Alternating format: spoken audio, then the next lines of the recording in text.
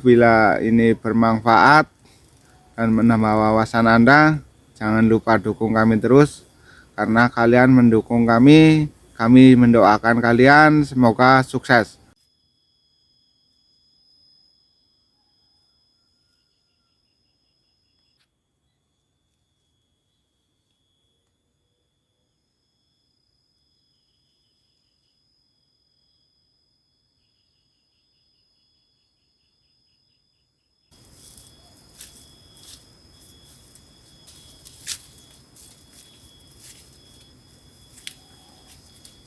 Assalamualaikum warahmatullahi wabarakatuh. Salam kemakmuran. Berjumpa lagi dengan saya Kang Dul di channel kami Kang Dul Petani Multi Talent. Dan kali ini kita akan membahas masalah bibit cabai rawit yang bagus. Bagaimana cara kita memilah ataupun memilih bibit cabai rawit yang bagus untuk ditanam di dataran tinggi maupun di dataran rendah ataupun di wilayah kita semua. Namun sebelum kita memilih bibit ataupun kita menanam cabai, kita harus tahu dulu spesifikasinya bibit itu bagaimana. Nah, dari situ kita bisa tahu bibit itu bagus atau tidak. Nah, di sini kita akan membahas masalah bibit yang bagus yang cocok ditanam di daerah kita masing-masing. Untuk itu, jangan lupa subscribe bagi yang belum subscribe dan juga like ataupun komennya. Dan Kang Dul ucapkan terima kasih bagi yang sudah subscribe atau yang sudah mendukung Kang Dul. Saya doakan semoga kalian semua sukses. Untuk memilih bibit yang bagus, kita harus tahu dulu spesifikasinya bibit itu bagaimana, dan juga kita harus tahu di wilayah kita ataupun dataran di wilayah kita tinggi ataupun rendahnya. Nah, untuk di wilayah Kang Dul saat ini, Kang Dul menanam cabai di dataran sedang, tinggi tidak, dataran rendah juga tidak, jadi dataran sedang. Jadi untuk di wilayah Kang Dul tidak kesulitan memilih bibit, tidak terlalu kesulitan memilih bibitnya. Nah, di sini kita akan membahas bibit yang bagus ataupun yang mampu ditanam di dataran tinggi maupun di dataran rendah. Seperti yang Kang Dul tanam saat ini adalah bibit cabai rawit yang cocok ditanam di dataran tinggi maupun dataran rendah. Buahnya lebat. Ini dia, walaupun sudah 35 kali pepetikan, tapi masih banyak sekali bakal-bakal buah.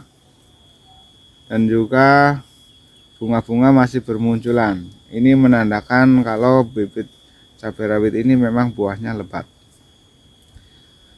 Untuk yang keduanya,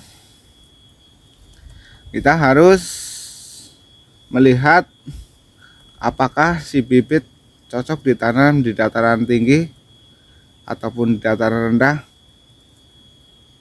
Nah, di situ kita harus memilih, kita harus jeli. Kita harus tahu dulu medan ataupun dataran yang akan kita tanami, termasuk di dataran tinggi ataupun dataran rendah. Untuk selanjutnya kita harus memilih yang tahan virus ataupun tahan layu fusarium. Biasanya banyak sekali bibit-bibit yang banyak di media-media sosial yang bilangnya ini buahnya lebat, bagus, besar-besar, tapi kita tidak tahu apakah tahan virus atau tidak. Nah, seperti yang saya tanam sekarang, alhamdulillah tidak ada satupun yang mati karena layu fusarium.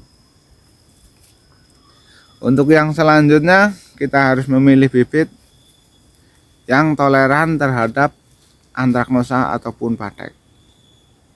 Banyak sekali bibit yang baru berapa kali pemetikan sudah terkena antraknosa, baru saja merasakan nikmatnya panen sudah mulai terserang antraknosa.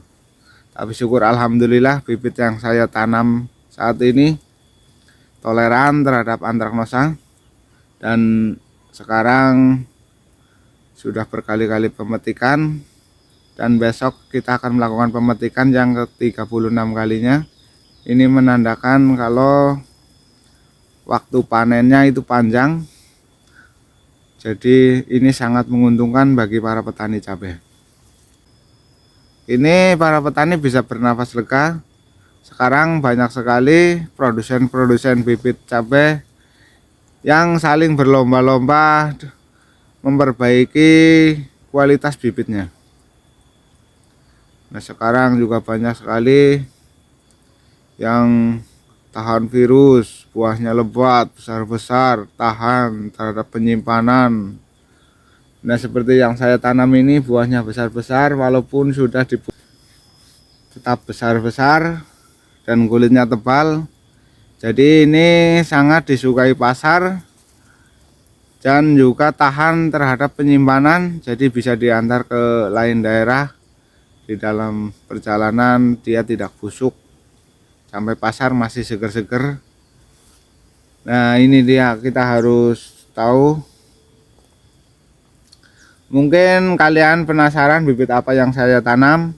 Silahkan kalian isi kolom komentar dan juga like-nya dan juga subscribe-nya untuk mendukung kami, Kang Dul Petani Multi Talent, untuk terus berkarya, berbagi ilmu dan berbagi pengalaman. Mungkin saja ada kekurangan dari Kang Dul, mohon dimaafkan. Dan juga bila ini bermanfaat dan menambah wawasan Anda, jangan lupa dukung kami terus, karena kalian mendukung kami mendoakan kalian semoga sukses. Salam kemakmuran.